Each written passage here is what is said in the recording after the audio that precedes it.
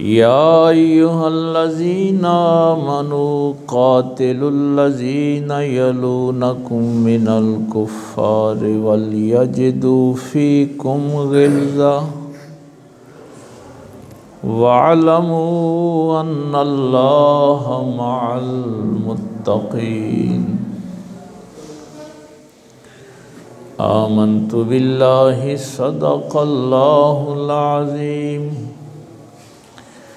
व सदक़ रसूलुहुन नबियुल उम्मियुल करीम व नहनु अला ज़ालिका मिनश शाहिदीन वश्शाकिरीन वल्हम्दुलिल्लाहि रब्बिल आलमीन। क़ाल अल्लाहु तबारक व तआला फ़ी शानि हबीबिही मुख़बिरन व आमिरा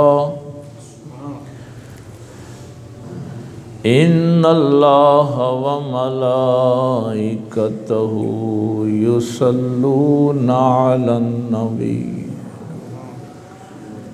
या अय्युहल्लज़ीना आमनू सल्लू अलैहि व सल्लिमू तस्लीमा। अल्लाहुम्मा सल्लि अला सय्यिदिना मौलाना मुहम्मदिन व अला आलि सय्यिदिना मौलाना मुहम्मदिन व बारिक व सल्लिम। अल्लाहुम्मा सल्लि अला सय्यिदिना मौलाना मुहम्मदिन व अला आलि सय्यिदिना मौलाना मुहम्मदिन व बारिक व सल्लिम। अल्लाहुम्मा सल्लि अला सय्यिदिना मौलाना मुहम्मदिन व अला आलि सय्यिदिना मौलाना मुहम्मदिन व बारिक व सल्लिम।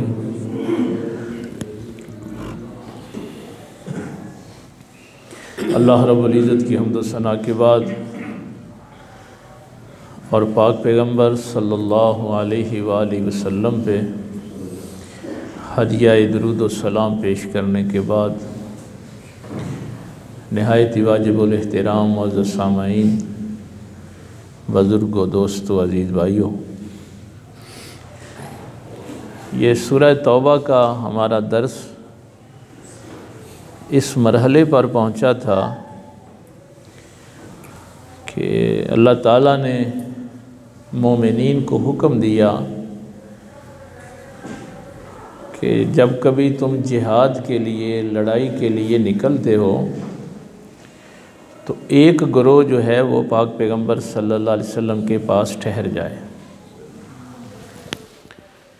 और वो दीन के अहकामात सीखे और जब वो वापस पलटें तो फिर दूसरे लोगों तक वो पैगाम जो है वो पहुँचाएँ। लअल्लहुम यहज़रून। तो यहाँ तक हमारी गुफ्तगू जो थी वो पहुँची थी कि मैदान जिहाद में भी तुम सब ने जंग के लिए नहीं निकल जाना। कुछ लोग जो हैं वो अगर सरकार साथ गए हैं तो भी उनके करीब रहें दीन सीखने के लिए, अगर किसी लश्कर को भेजा है और नबी पाक पीछे मदीना शरीफ में हैं तो कुछ लोग उनके पास रहें दीन सीखने के लिए। ये इसकी अहमियत जो है वो बयान की गई है कि अल्लाह के दीन को सीखना जो है वो कितना अहम है। अब आज की आयत जो है ये उस सारे मकसद को समेटे हुए कि ये जो दीन सीखा है अब इसको अप्लाई कैसे करना है। अब आपको जाहिर है लोग मिलेंगे कि माशरे में ये मसाइल हैं, ये मसाइल हैं। भाई इन मसाइल का कोई हल भी है कि नहीं? देखिए, गलती से निजात हासिल करना होती है, अंडू करना होता है। आप गलतियां साथ लेकर ज़िंदगी नहीं गुजार सकते। ये एक माशरती हकीकत है। गलती क्या होती है? बीमारी होती है ना। यानी आप अपनी जिस्मानी बीमारी को दूर करने के लिए कितनी कोशिश करते हैं। एक सर दर्द को दूर करने की, क्या आप कहते हैं ठीक है सर दर्द के साथ ही ज़िंदगी गुजार लूँगा? मेरी चेस्ट में, मेरी सीने में कोई सांस का मसला है तो कोई बात नहीं, मैं उसको दूर नहीं करूँगा। तो ये ऐसे नहीं होता कि आप अपनी बीमारी को साथ लेके ज़िंदगी, आप जितनी भी जी चाहे आपके पास वसाइल ना भी हों तो आप कोशिश करते हैं कि ये मेरी बीमारी दूर हो जाए। आप गलतियों के साथ ज़िंदा नहीं रह सकते। तो अगर आप अपने जिस्म को गलतियों के साथ, बीमारियों के साथ नहीं चला सकते तो आप अपनी रूह को कैसे गलतियों के साथ चला सकते हैं? झूठ रूह की बीमारी है ना, बददयांती रूह की बीमारी है, हराम रूह की बीमारी है, रिश्वत रूह की बीमारी है, मिलावट रूह की बीमारी है। तो ये कैसे मुमकिन है कि इन सारी बीमारियों के साथ मुआशरा आगे बढ़ जाए? तो उसूल जो है इंसानी मुआशरे का वो यही है कि आपने गलतियों को अंडू करना होता है, गलतियों से निजात, यानी सादा लफ्ज़ में आपको, आपने हर गलती से निजात हासिल करनी है, वरना इंसानी माशरा आगे नहीं बढ़ सकता। तो आज की ये जो अगली आयत है, अल्लाह फरमाता है या अय्युहल्लज़ीना आमनू कातिलुल्लज़ीना यलूनकुम मिनल कुफ़्फ़ार। ऐ ईमान वालो, वो पीछे आपने दीन का इल्म सारा हासिल कर लिया, वो हमारा दर्स मुकम्मल हो गया। आज उसकी एप्लीकेशन है कि अब जो कुछ सीखा है उस पर अमल कैसे करना है। ये जो अल्लाह के दुश्मन हैं, कुफ़ार जो हैं, अल्लाह के मुनकिर हैं, अल्लाह के दीन का इनकार करते हैं, ये जो आसमानी हिदायत है उसका इनकार करते हैं, उनके ख़िलाफ़ अब लड़ो। हाँ, ये अब जो कुछ सीखा है उसकी एप्लीकेशन की बात हो रही है।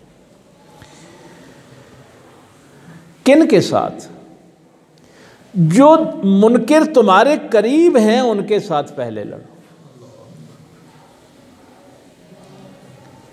जो इस दीन के, इस आसमानी हिदायत के मुनकिर तुम्हारे करीब हैं ना, उनके खिलाफ लड़ो। वल यजिदु फीकुम गिल्ज़ा, वो जो तुम्हारे फीकुम, तुम्हारे अंदर जो गैरत है ना, अंदर जो सख्ती है, तुम्हारे अंदर अल्लाह की नाफरमानी के खिलाफ जो एक तड़प है, उसका इजहार होना चाहिए। हाँ, ये बड़ा ख़ास जुमला है। मसलन अगर तुम्हारे सामने अल्लाह की नाफरमानी हो रही है, अल्लाह के दीन का मजाक उड़ाया जा रहा है और तुम्हारे अंदर वो गैरत ही पैदा नहीं होती, तो अल्लाह ने यहां फरमाया फीकुम, वो जो अंदर की गैरत है उसका इजहार कर। वालमू अन्नल्लाह माल मुत्तकीन, और जान लो कि अल्लाह सिर्फ मुत्तकीन के साथ है।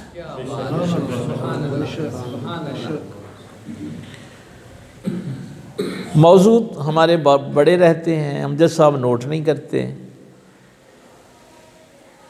अल्लाह ने यहाँ ये नहीं कहा कि अल्लाह तहज्जुद गुजारों के साथ है,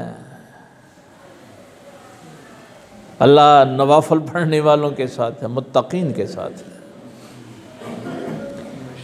तक़वे के मतलब मैंने बड़ी दफ़ा आपसे कहा है, जो हज़रत उमर फ़ारूक रज़ी अल्लाह ताला अन्हु हज़रत उबई बिन काब से पूछा था, तो उन्होंने कहा था कि झाड़ियों में से कैसे गुज़रते, कांटेदार झाड़ियों में से कैसे गुज़रते।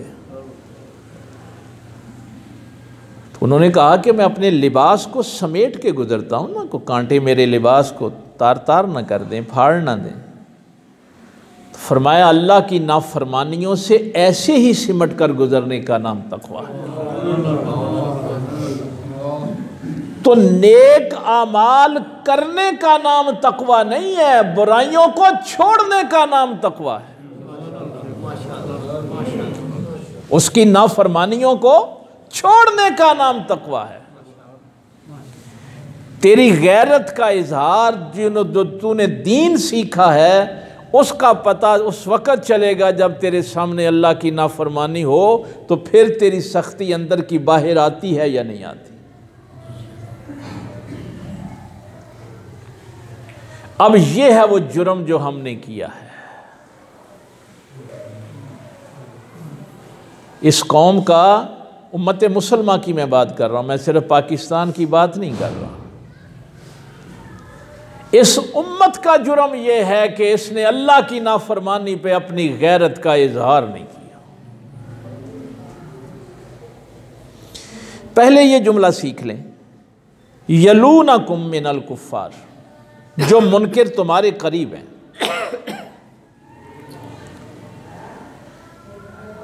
मसलन मेरे इस महल्ले में को अल्लाह के दुश्मन जो हैं वो किसी पे हमला आवर हो जाते हैं, तो इस आयत के हवाले से मुफस्सिरीन ने यही लिखा है कि यहाँ जितने ईमान वाले हैं वो अपने ईमान वाले भाई के साथ खड़े हो जाएं, जो करीब वाले हैं। यलूनकुम यही है कि जो तुम्हारे करीब हैं। अब अगर इस महल्ले वालों से वो काम नहीं होता तो दूसरे महल्ले वाले मुसलमान इकट्ठे हो जाएं। मसलन फ़लस्तीन पे इसराइल ने हमला किया, बच्चों को मारा है, औरतों को मारा है।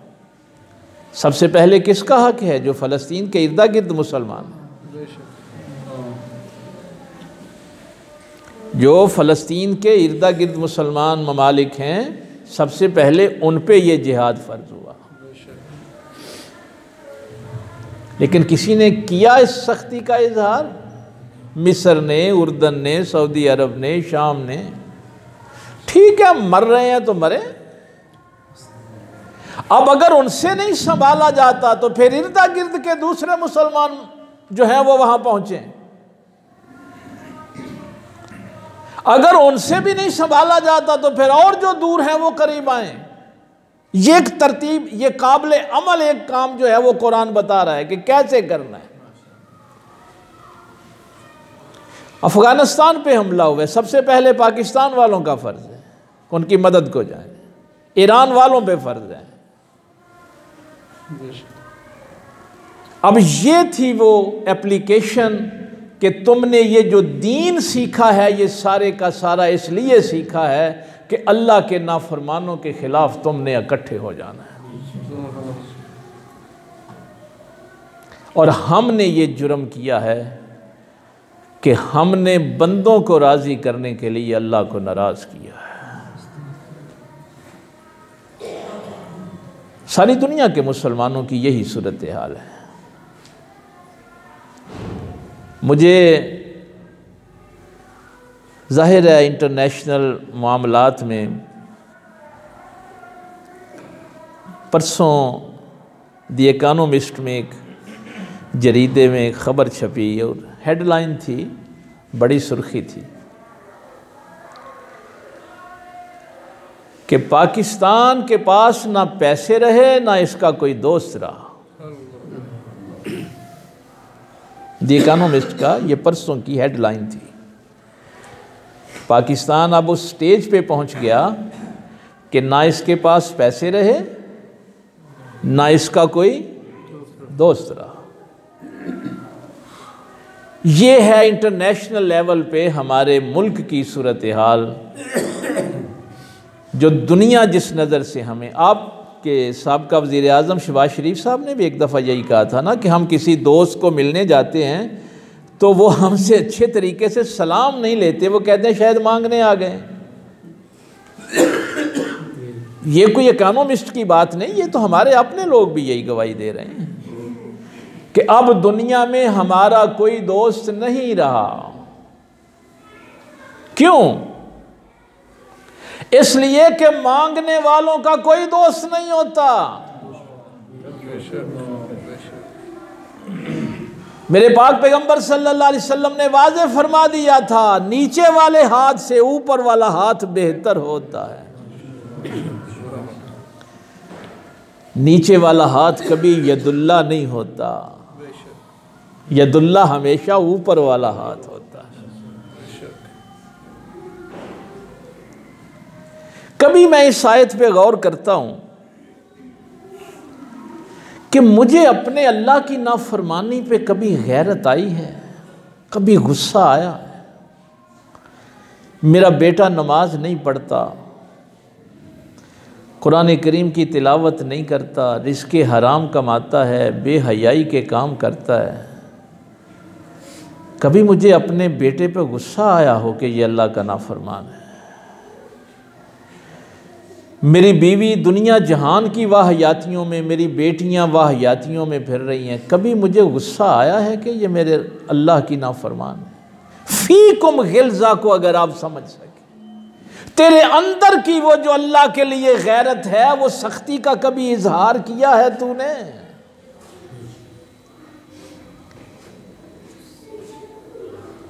वो तो एक इंटरनेशनल सिनेरियो था ना आलम इस्लाम का जो मैंने पेश किया।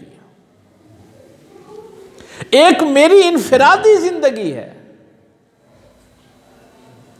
मेरी घर की जिंदगी है। मेरे मोहल्ले में चंद जालिम किसी गरीब पे हमला आवर हो जाएं तो इस मोहल्ले के सारे मुसलमान मजलूम के साथ खड़े होंगे या जालिम के साथ खड़े होंगे?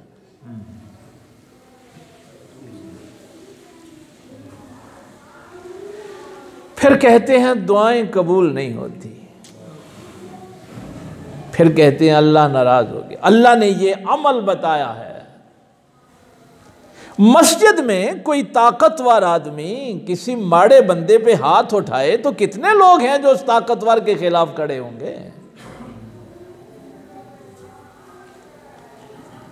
तो ये अल्लाह ताला ने एक तरीका बताया है कि तुम्हारे ऊपर जो चीज फर्ज करार दी है कि जो दीन तुमने नबी से सीखा है उसको अप्लाई इस तरह करना है कि अब तेरे दिल में जो अल्लाह के लिए गैरत पैदा हुई है, जब अल्लाह की नाफरमानी हो तो फिर उसका इजहार भी कर।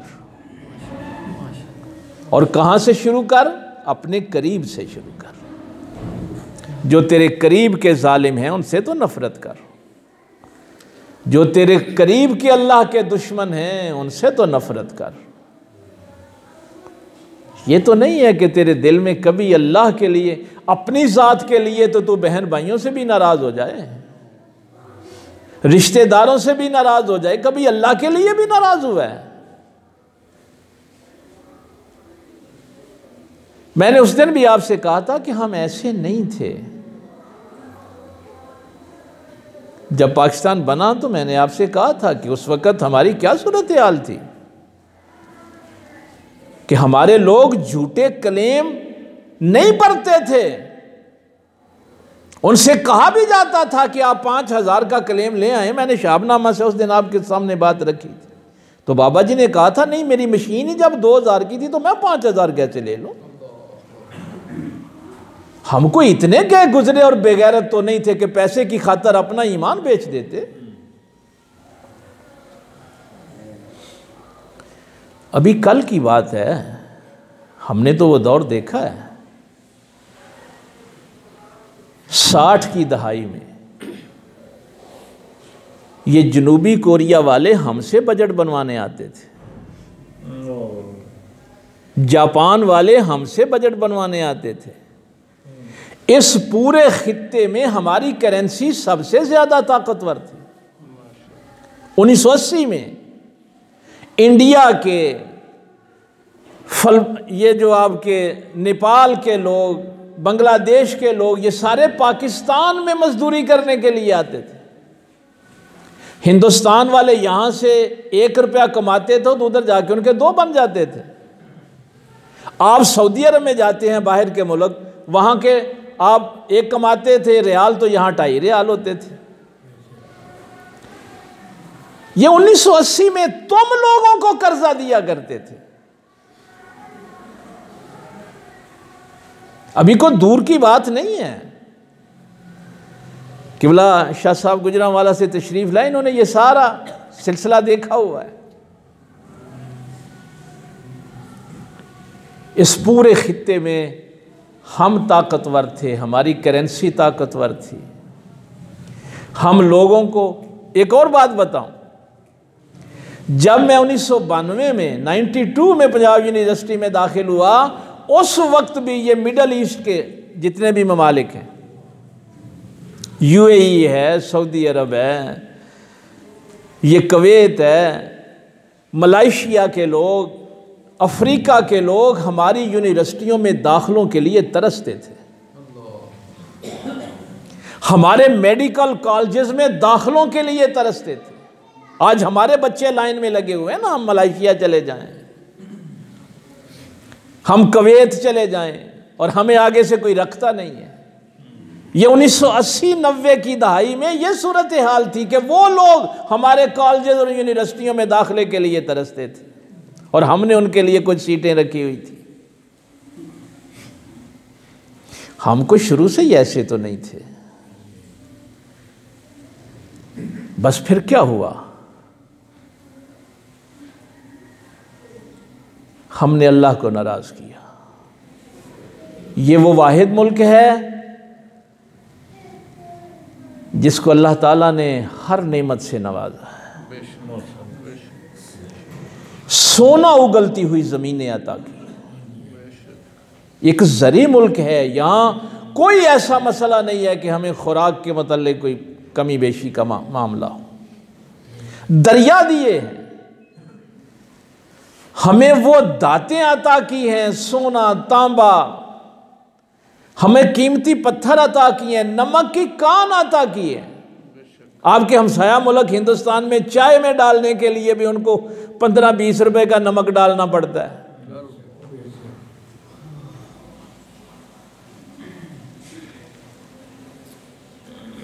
सहरा दिए हैं, जंगल दिए हैं, दरिया दिए हैं, समंदर अता किए। फिर हमने एक काम किया, हमने इस्लाम अमेरिका का इस पाकिस्तान में दाखिल किया। मैं उस दौर में जब ये बात करता था तो लोग मेरा मजाक उड़ाते थे। उस वक़्त मैं तालिब इल्म था। ये जब अफ़गानिस्तान की जंग में अमेरिका ने हमें इस्तेमाल किया तो मैं उस वक़्त भी कहता था कि काफिरों के पैसों से इस्लाम का जिहाद नहीं किया जा सकता। अगर पैसे ईसाइयों और यहूदियों के हैं तो ये जिहाद, इस्लाम का जिहाद कैसे हो सकता है? क्या काफिर आपको इस्लाम की तरवीज व इशाअत के लिए पैसे देंगे?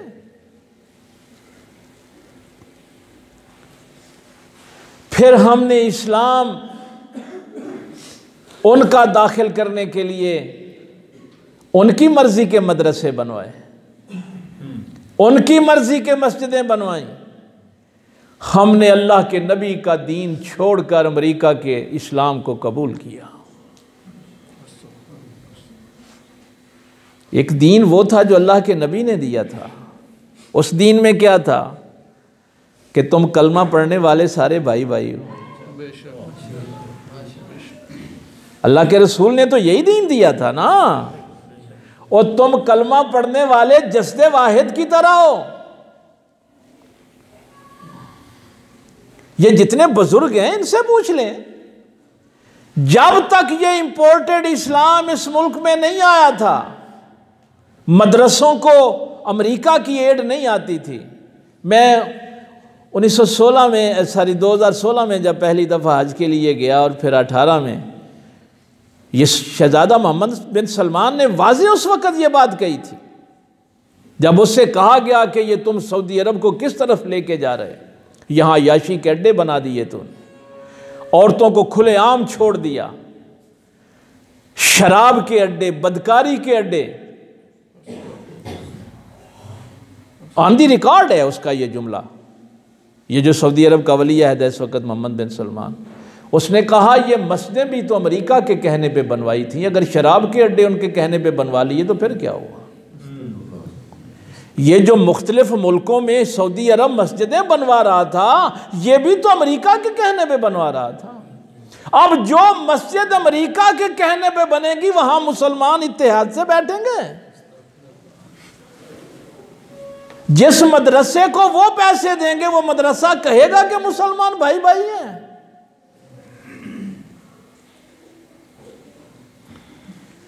इन बुजुर्गों से पूछो, बचपने में शिया सुन्नी इकट्ठे बैठते थे, मजलिसें इकट्ठी करते थे, ब्याह शादियां इकट्ठी होती थी, कोई एक दूसरे को काफिर नहीं कहता था।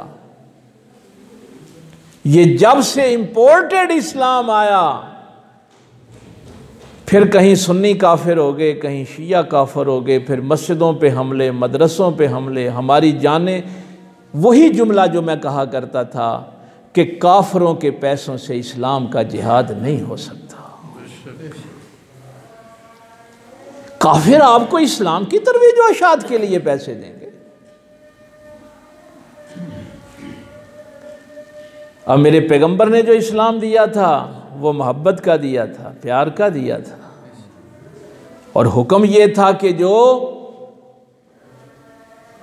जो तेरे अल्लाह के खिलाफ हैं उनके खिलाफ लड़, अल्लाह के लिए गैरत दिखा, अल्लाह के लिए तेरे गुस्से का इजहार होना चाहिए।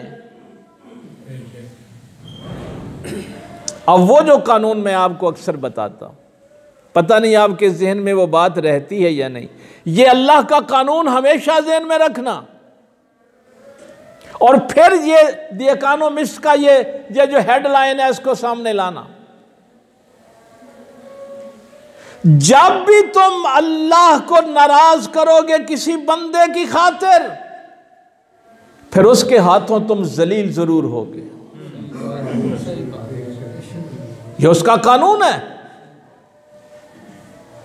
अगर तुमने बीवी के कहने पे मां को गाली दी तो उस बीवी के हाथों तुम नहीं बच सकते, क्योंकि मां बाप के एहतराम का हुक्म अल्लाह ने दिया था ना। अब तूने मां बाप को गालियां दी कि मेरी बीवी राजी हो जाए। जब तू बीवी को राजी करने के लिए अल्लाह के हुक्म को तोड़ता है तो फिर उस बीवी के हाथों जलील होना लिख दिया जाता है। आज कई आते हैं जी हमारे घरों में सुकून नहीं है। मैंने कहा तूने सुकून की खातिर अल्लाह का कानून तोड़ा था। जिस जगह भी आप अल्लाह को छोड़ेंगे बंदों को राजी करने के लिए, उन बंदों के हाथों आप बच नहीं सकते। एक आपका भाई जालिम है, आपको पता भी है जुल्म कर रहा है, लेकिन आप उस जालिम भाई के साथ खड़े हो जाते हैं कि वो मालदार है, और दूसरे भाई को नुकसान पहुंचाते हैं। अब उस जालिम के हाथों आप भी नहीं बच सकते।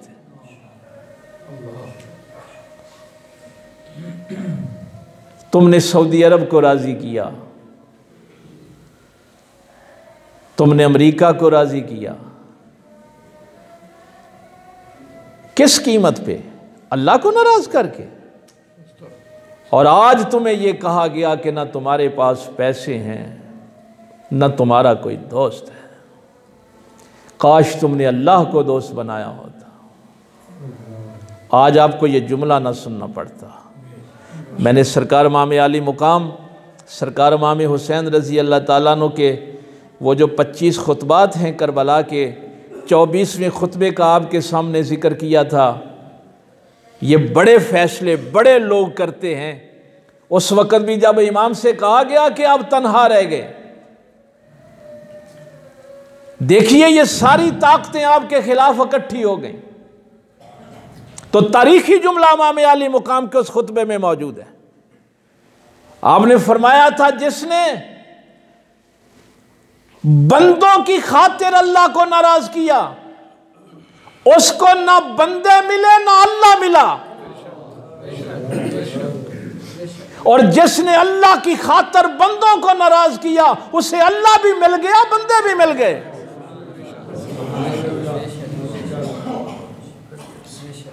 हम हर वक्त ये सोचते हैं कि बंदे नाराज ना हो जाएं, और अल्लाह कहता है तेरे अंदर की गैरत का अगर इजहार हो तो अल्लाह के लिए हो। क्या बात है, क्या बात है। तेरा बेटा अगर अल्लाह के खिलाफ खड़ा है तो तेरी गैरत का इजहार होना चाहिए। तेरी बीवी अगर अल्लाह के खिलाफ खड़ी है तेरी गैरत का इजहार होना चाहिए। यही कहेंगे ना कि तन्हा रह गया, कोई बात नहीं। और जिसके साथ अल्लाह हो वो तन्हा नहीं होता। नारे तकबीर, नारे रिसालत, नारे हैदरी। आज भी जिंदगी मौत का पता नहीं होता। कुरान से जो बात सीखनी है ये स्टैंड लेना पड़ेगा हर फर्द को, इसी से मुआशरा बनता है। ये देखना छोड़ दें बंदे क्या करेंगे। बंदों ने कुछ नहीं करना, तुमने अपनी गैरत का इजहार करना है अपने अल्लाह के लिए। मैं कहाँ खड़ा हूँ, मैं अपने अल्लाह के साथ खड़ा हूँ। सारा मुआशरा भी मेरे खिलाफ हो जाए मुझे कोई फ़र्क नहीं पड़ता। कब्र में मैंने तन्हा जाना है। 1985 में मैंने मैट्रिक किया है। वो साथीज़ा ट्यूशन नहीं पढ़ाते थे। हमारे हेडमास्टर साहब छुट्टी के बाद भी 8वीं 9वीं और 10वीं को लेके शाम तक बैठे रहते थे। 8वीं क्लास में उसातिज़ा हमें रात को स्कूल रखते थे और बारी बारी पढ़ाया करते थे, पैसे नहीं लेते थे।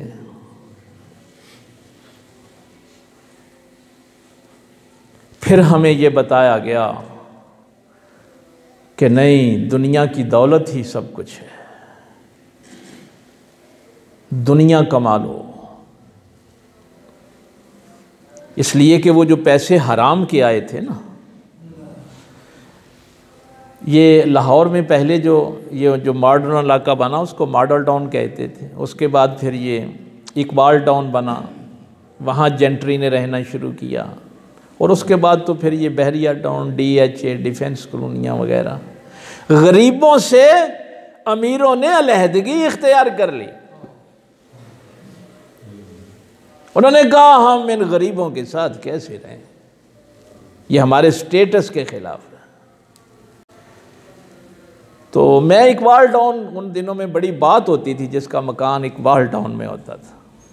प्रोग्राम पे गया, मस्जिद में इशा की घर में प्रोग्राम था, तो वो बताने लगे जी ये डॉक्टर हैं, ये डिप्टी सेक्रेटरी हैं, ये फ़लाँ ऑफिसर हैं। तो मैंने तकरीर में एक उनसे जुमला कहा। मैंने कहा कि देखिए आपने महफ़िल बड़ी खूबसूरत सजाई और यहाँ पे माशाल्लाह बड़े आला ओहदेदारान, सारे 18-19 स्केल के बड़े बड़े ऑफिसर, लेकिन ये आपकी दावत अल्लाह की बारगाह में कबूल नहीं हुई। ये महफ़िल अल्लाह की बारगाह में कबूल नहीं हुई।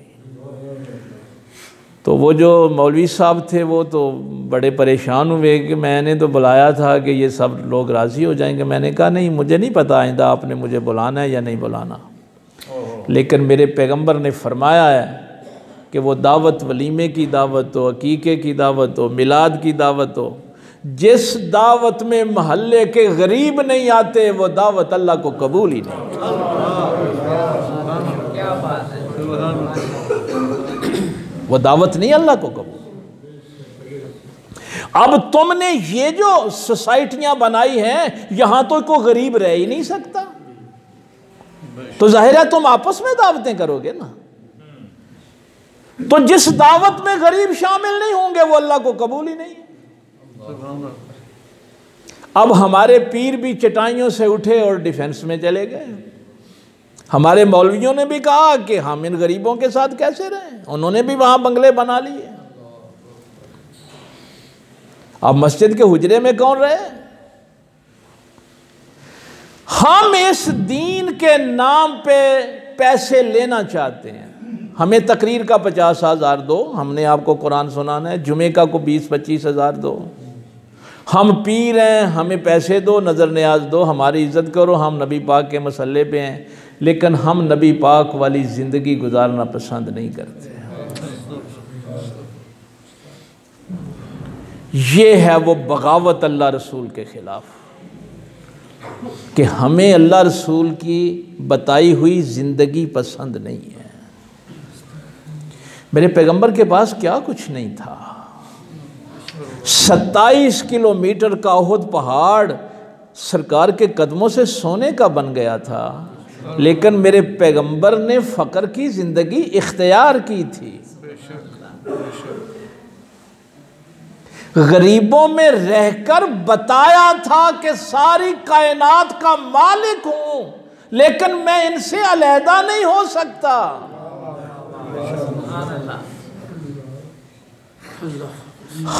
हमें सियासतदानों से, जर्नैलों से, जजों से क्या गिला। ये जो मजहब का नाम लेते थे, इन्होंने भी गार उठाए और उनके साथ पैसे अवाम से लेने हैं और जिंदगी फिरौनों के साथ गुजारनी, गरीबों के साथ नहीं गुजार सकते। तो जब हमारी गैरत ये है कि हम अल्लाह के नबी की फ़क्र वाली ज़िंदगी नहीं गुजार सकते, तो हमारा ताल्लुक भी क्या है अल्लाह रसूल के साथ?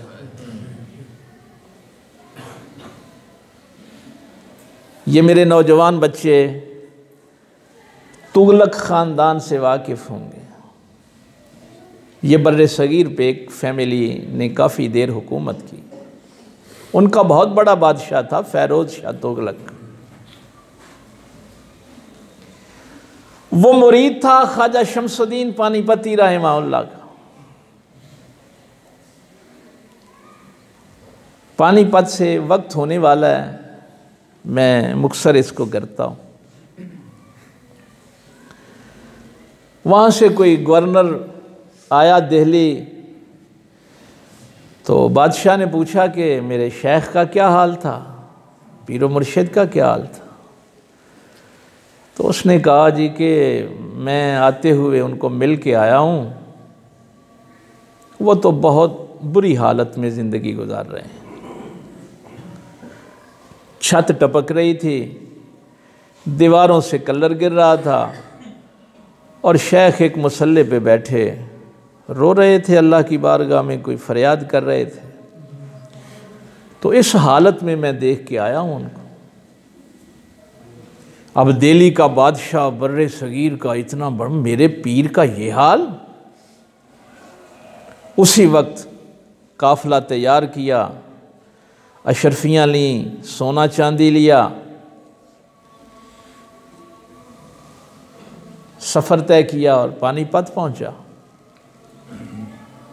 हाय हाय हाय, इकबाल ने ऐसे नहीं कहा था, निगाहे फ़क्र में शान सिकंदरी क्या। फ़ैरोज़ शाह तुगलक कदमों पे कदमबोसी करके रोया, कहने लगा बर्रे सगीर का बादशाह और उसका पीरो मुर्शिद इस हालत में रहे। अशरफियों की थैलियां सोना चांदी पेश किया। शेख ने गुस्से में आके सामने वाली दीवार पे थूका। ये सबको नहीं दिखाया जाता। हाँ, कभी बताना हज़रत उमर फ़ारूक मिंबर से आवाज़ देना या सारिया तो इलल जबल, तो सारा लश्कर नहीं सुनता, सिर्फ सारिया ही सुनता है। और भाई जिसको सुनाना होता है ना वही सुनता है। दूसरे ये ना कहें कि 1600 किलोमीटर से उमर फ़ारूक की आवाज़ सारिया ने कैसे सुन ली। बादशाह को कहा दीवार को देखो। फ़ैरोज़ शाह तुगलक ने देखा तो दीवार सोने की थी। शेख ने कहा मुझे मेरा थूक देने आ गया है। ये जो कुछ तू लेके आया है ये तो हमारा लुआब दहन है। फिरोज शाह तुगलक ने फिर कदम बोसी की कहा, आका अगर आप एक थूक से सारा मकान सोने का बना सकते हैं तो ये फिर इस हालत में क्यों रहते हैं। शेख की आंखों में आंसू आ गए। कहा, फिरोज शाह ये जिंदगी मेरे नबी को पसंद है।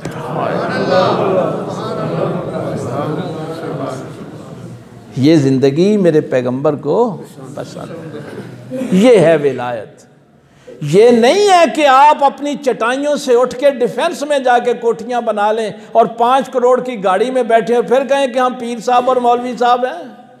नहीं, वहां से उठ के चटाई पे और हुजरे में बैठने का नाम पैगंबर की जिंदगी है।